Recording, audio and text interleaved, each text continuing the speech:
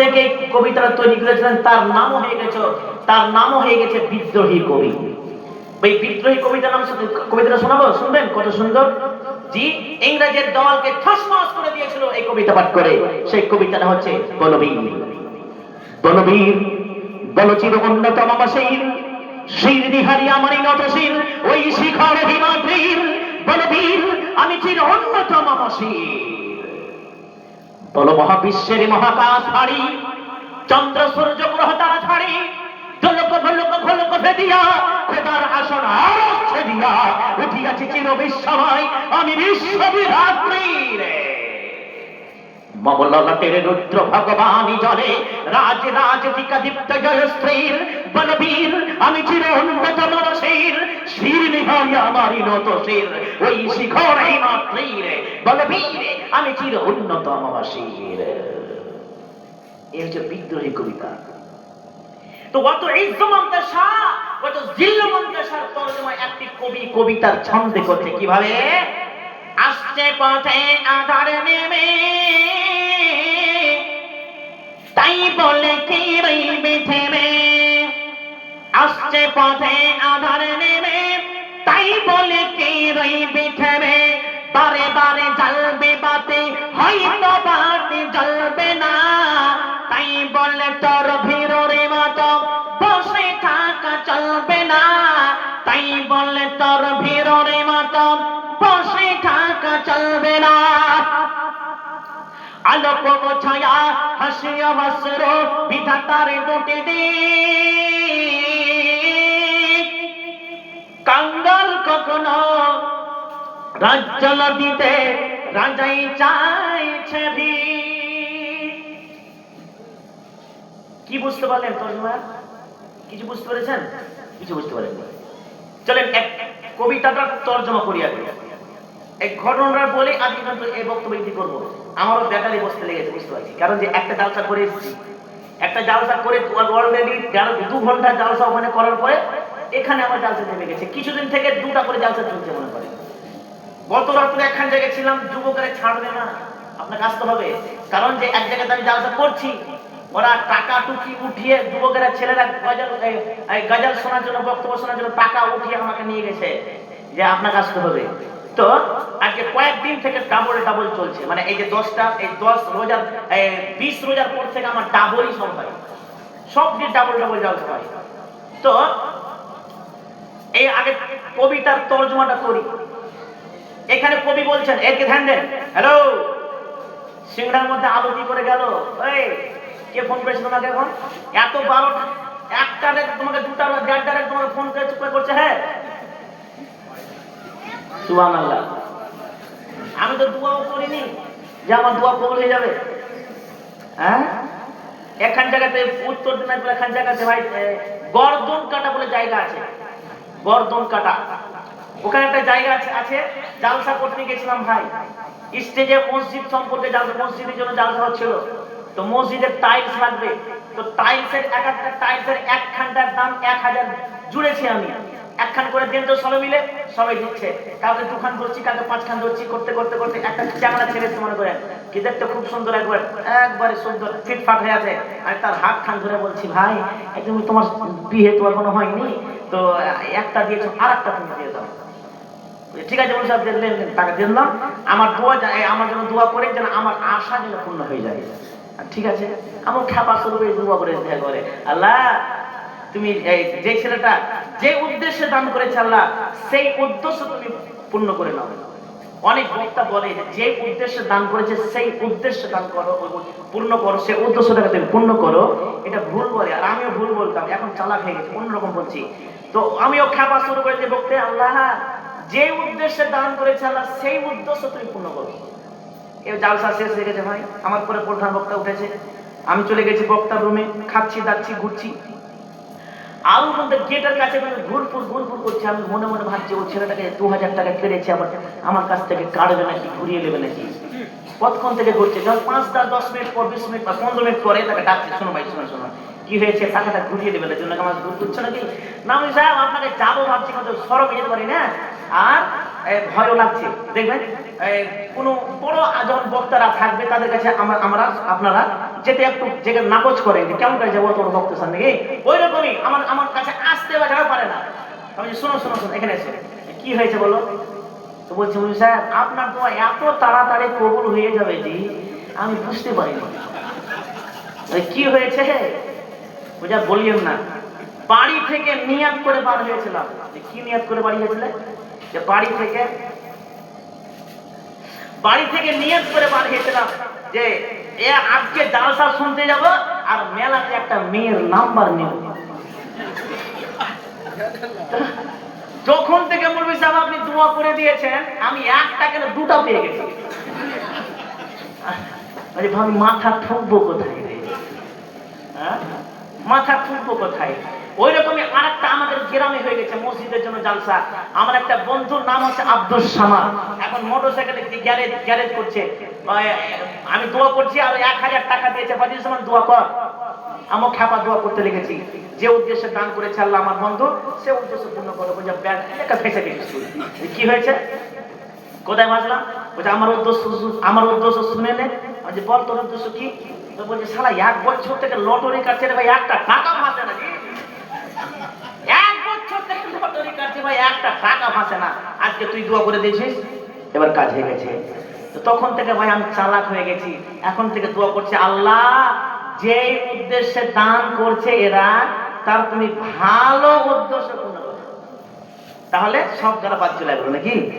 আল্লাহ ওই ভুল আর করছি না আমি। তো ওরকম ভাই নাম্বার ফোন পেয়েছো নাকি? আমার 1:30টার সময় ফোন করছো কাকে?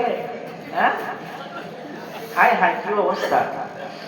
তো আমি কি বলছিলাম তখন? কাজী নজরুল ইসলামের কথা না, ওটা শেষ হয়ে গেছিল। কত ইজ্জু মান দাশা কত জিল্লু মান দাশা, তার তরজমা। এবার আমি বলছিলাম আলোক ও ছায়া হাসি অশ্রু বিধাতার দুটি দিক, কাঙ্গাল কখনো রাজ্য দিতে রাজাই চাইছে ভিড়। এবার এক তরজমা করছি শুনেন, কবিতার তরজমা করছি। আসমানের চাঁদ কে কে দেখেন হাত তুলেন। আচ্ছা আসমানের চাঁদ কে কে দেখেছেন? দেখেছেন সবাই না? আসমানের চাঁদ কেমন হয়? 4 কোণা, তাই না? হ্যাঁ ও বলছে 4 কোণা। তো বিহাইতে কার সাথে হবে রে ভাই? ও বলছে 4 কোণা। তুই মার খেয়ে মরে যাবি রে, বিয়ে করছিস না তা কেঁদে মরে যাবি। হ্যাঁ বোর মার খাসনি তো, রুটি 4 কোণা করতে বললে তো মার তো খাবি। তো আসমানের চাঁদ কেমন? গোল। আসমানের চাঁদ যখন আসমানে চড়ে থাকে তখন আপনার শরীরে 6টা লাগে, আর 6টা লাগবে আপনার ওজনে দাঁড়িয়ে থাকবেন। আর আপনি দাঁড়িয়ে থাকবেন তার পাঁজরই আর একটা মানুষের মতন আর একটা আপনার চাস্তো ভাই দাঁড়িয়ে থাকে পিছনে, মাটিতে পড়ে থাকে চাস্তো ভাই। জি আপনি দৌড়ালে সে দৌড়বে, আপনি হাসলে সে হাসবে, আপনি বসলে সে বসবে, আপনি কাপড় এক থেকে সবই যদি খুলে ফেলেছেন ও সবই খুলে দেবে, ওর লজ্জা নাই। আপনি যা করবেন তাই করবেন, তার নাম কি? ছায়া। এ দেখেন কিছু আগে আমার আগে দিকে যে লাইটটা আমার চোখে পড়ছে, একটু আমি কানা মানুষ, ডাবল চোখ নিয়ে আছি। ও আমার ছটা মারছে আমাকে, আমার গুষ্টি মার ছটা দুই না বলে। জি ওটা কি? আলো। গুষ্টি বলছি মার খাবে আলা বউর কাছে। তো এগুলা পিছন দিকে ঝুলছে, এটি হচ্ছে আলো। আর দেখেন আপনাদের আগা দিকে কালো রঙের বসে ওটা কি বলে বলেন তো? ছায়া। তো আমি যে বললাম আলোক ও ছায়া হাসি অশ্রু বিধাতার দুটি দিক, মানে আল্লাহর 2টা দিক। আল্লাহর কয়টা দিক? 2টা দিক। এবার আপনারা বলবেন যে কেমন করে 2টা দিক হলো মুফতি সাহেব? এবার গুনিয়ে দিচ্ছি শুনেন। ওটা হচ্ছে আলো আর এটা হচ্ছে ছায়া। তো আলো আর ছায়া 2টা দিক হলো। রাত দিন 2টা দিক হলো। আর কিছু আছে? কিছু নাই। রাত বলেন, দিন, নর নারী 2টা দিক। স্বামী, এটা খুব ভালো করে বলতে হবে, স্ত্রী, জান্নাত জাহান্নাম। আরে মানুষ বললে হয়তো জান্নাত যাবে আর না হলে জাহান্নাম যাবে, না কিছু আছে? কিছুই নাই। জান্নাত জাহান্নাম, হাসি কান্না, বাদশাহ, ফকির। তাহলে সবই আল্লাহর দুটা দিক হলো। তো আলো, ছায়া, হাসি, অশ্রু, বিধাতার দুটি দিক।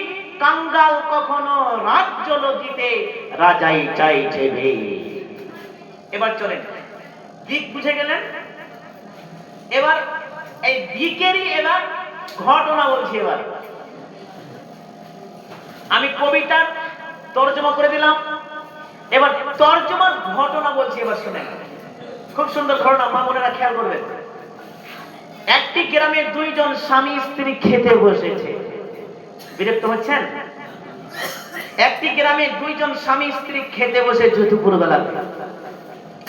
ওই সময় মাংস দিয়ে ভাত খাচ্ছে। সেই সময় একটি ফকির, আগো লাল চাকে উপর দিলেন, আদা দিয়ে লেবু দিয়ে বসমা থেকে চিল্লা চলে যাচ্ছে, কিন্তু এখন তো লাল চাই না। জি, তো দুইজন স্বামী স্ত্রী দুপুর বেলায় খেতে বসেছে। একে ধ্যান দেন, দুপুর বেলায় খেতে বসেছে। ওই সময় একটি ফকির দরজার কাছে এসে ভিক্ষা চাইছে, খেতে দাও, খেতে দাও, খিদা লেগেছে, খেতে দাও। এই কথা যখন বারবার করে ডাক আসছে ওই দুয়ারের থেকে, তখন স্বামী স্ত্রীকে বলছে, ও প্রিয়তমা, যাও যাও, ওই বাইরে ফকিরটি দাঁড়িয়ে আছে, তাকে তাড়িয়ে এসো, ঘ্যান ঘ্যান করছে, ভালো লাগে না। ওকে তাড়িয়ে এসো, ঘ্যান ঘ্যান করছে, ভালো লাগে না। স্বামী স্ত্রী দুইজনই গেল। দুইজনই যাওয়ার পরে স্বামীটা ওই ফকিরের কলারটা ধরে টানতে টানতে বাইরে ছুঁড়ে ফেলে দিল। খেতে দিল না। এবার স্ত্রী তখন বলছে, হ্যাঁ গো, এর তো মুক্ত লক্ষ্য থাকবে না, ওকে তো কথা বলতে হবে। স্ত্রী বলছে, হ্যাঁ গো, তোমার কাছে দুটো খেতে না হলে চাইলো, তুমি ঘাট ধরে ধাক্কা দিয়ে বার করে দিলে কেন? দুটো খেতে চাইছিল, তুমি না দিতে পারতে, তুমি ভালো করে বলতে, চলে যাও, খেতে দেবো না। এই যে বাস, এটাই কথা বলা। স্বামী তখন বলছে, আচ্ছা, আমার খাবার, আমার জমি, আমার ক্ষেত, আমার খালিয়ান, আমার টাকা পয়সা, আমি দিব না দিব তোমার কি?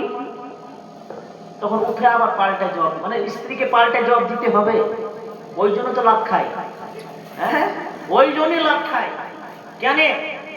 স্বামী যখন দেখলে রেগে গেছে, চুপ করে থাকতে পারো না, না ওকে কথা বলতে হবে, না তো ইজ্জত চলে যাবে। হ্যাঁ, ইজ্জত চলে যাবে। তো ওই যে স্ত্রী আবার যখন কথা বলে দিয়েছে, তখন স্বামী তাকে দু চড় মেরে দিয়েছে। আর যেমনই মারলো রে ভাই, ওর শুরু হলো তোতা পাখির মতন প্যাচার প্যাচার প্যাচার প্যাচার করে শুরু করলে গালি দিতে। আর স্বামীও রেগে গেল, রেগে দিয়ে ওর এমন একটা সময় হলো, এমন একটা ঝগড়া বেঁধে গেল, একটা বড় আকারের ঝগড়া বাঁধতে বাঁধতে বাঁধতে বিবাহ বিচ্ছেদ হয়ে গেল, মানে তালাক হয়ে গেল। সেই মেয়েটির একদিন শুনলাম দ্বিতীয় বিবাহ হয়েছে, দ্বিতীয় স্বামীকে নিয়ে আবার একদিন দুপুর বেলায় ভাত খাচ্ছে মাংস দিয়ে। সেই সময় আবার একটি ফকির দরজার কাছে এসে ভিক্ষা চাইছে, খেতে দাও, খেতে দাও, বাড়িওয়ালা কে আছো, খেতে দাও। বেলা 2টা বেজে গেল, দুপুর 2টা বেজে গেল, পেটে এখনো খাবার পড়েনি। সকাল থেকে বাড়ি বাড়ি দাঁড়িয়ে দাঁড়িয়ে দাঁড়িয়ে দাঁড়িয়ে ঘুরছি, খেতে দাও, খিদা লেগেছে। এই কথা যখন বারবার করে দরজার কাছ থেকে ডাক আসছে, তখন স্বামী বলছে, ও প্রিয়তমা, ও আমার সোনা পাখি, টিয়া পাখি রে, যাও যাও, ওই ফকিরটাকে এই ভাত আর মাংস দিয়ে এসো। জি ভাত আর মাংস দিয়েছে। খুব ফুসলে ফুসলে বলছে, আচ্ছা আপনার স্ত্রীকে কি বলেন বলেন তো? সোনা পাখি কোনোদিন বলেছেন? বলেননি? টিয়া পাখি কোনোদিন বলেছেন? বলেননি? আরে বলতে হয়, বলতে হয়। স্ত্রীকে যত ভালোবেসে কথা বলবেন, টিয়া পাখি ময়না পাখি যা বলবেন, আরে যদি ওকে ভালোবেসে হেসে যদি ওকে কাউয়া বলে দেন তাও হাসবো, তাও মনে খুশি হবে। আরে ভালোবেসে কিন্তু বলতে হবে। জি হ্যাঁ হ্যাঁ, ওকে কিন্তু ভালোবেসে বলতে হবে। আল্লাহু আকবার। তো এইভাবে যখন স্বামী বলেছে, তার মনটা ঠান্ডা হয়ে গেছে। তখন আর ভাত আর মাংস, ওই স্বামীর অর্ডার পেয়েছে স্ত্রী, ভাত আর মাংস ফকিরটাকে দিয়ে আসার পরে দিয়ে এলো। যাওয়া আসার পরে আবার স্বামীর কাছে খেতে বসল। স্বামীর কাছে যেমনই খেতে বসেছে, স্ত্রী কান্না থামতে পারল না। চট করে কাঁদছে, ফুটফুট ফুটফুট করে কাঁদছে, ডুকরে ডুকরে কান্না করছে। তখন স্বামী বলছে, ও আমার প্রিয়তমা, ও আমার জান, তুমি কান্না কেন করো? এই খাবারটা দিলাম তাই নাকি তোমাকে তোমাকে ফকির কিছু বলেছে? স্ত্রী বলছে, ব্যাপার সেটা নয়। স্বামী বলে কি?